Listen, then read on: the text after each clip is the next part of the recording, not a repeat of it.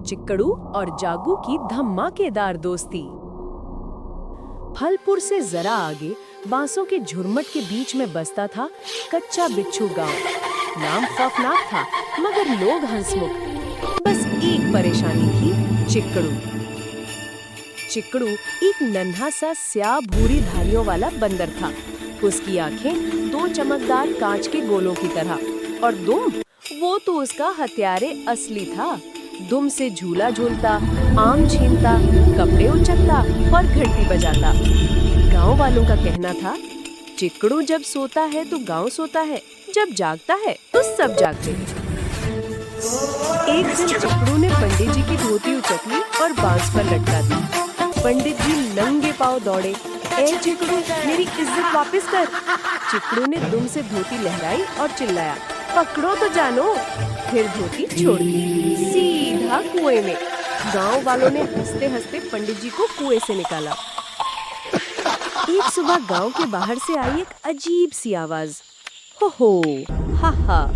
सबने सर उठाया। बांस पर बैठा था एक पतला सा नीला भूरा बंदर। लंबी घुंघरियाली दुम, बड़ी बड़ी स्याह आंखें, कमर पर लाल रंग की छोटी सी धोती। वो मुस्कुराया और दुम से एक आम उचक कर खाया। बच्चों ने चीखा, अरे ये तो जागू है।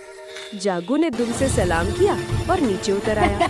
चिक्कड़ू बांस पर बैठा सब देख रहा था। उसकी आंखों में चमक आई, नया खिलाड़ी आया है। चिक्कड़ू ने दुम से एक पत्थर उचककर जागू की तरफ फेंका। जागू ने दुम घुमाकर पत्थर वापस फेंक दिया, सीधा चिक्कड़ू के सर पर। आह! चिक्कड़ू गिरा, फिर उठा और हंस पड़ा। तुम ठीक हो? दोनों ने हाथ मिलाया, यानी दुम से दुम मिलाई। बच्चों ने तजवीज़ दी, आओ शरारती मुकाबला करते हैं। मुकाबला 1, आम छीनो। मिडिल स्कूल की छत पर रखे 10 आम जो सबसे ज्यादा छीनेगा वही जीतेगा।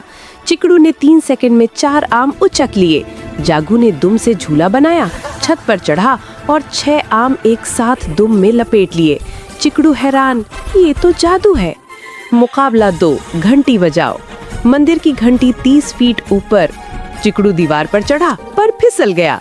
जागू ने दुम से बांस पकड़ा, झूला और घंटी को जोर से बजाया, घन घन। पंडित जी ने सर पकड़ लिया। अब दोनों मिल गए तो गांव तबाह। अगले दिन से दोनों ने मिलकर धूम मचा दी। धोती छीनो मिशन।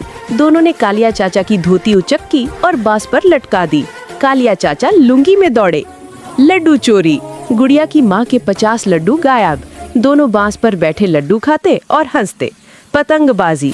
दोनों ने गांव की सब पतंगे काट दी और आसमान में चिक्कू जागू लिख दिया।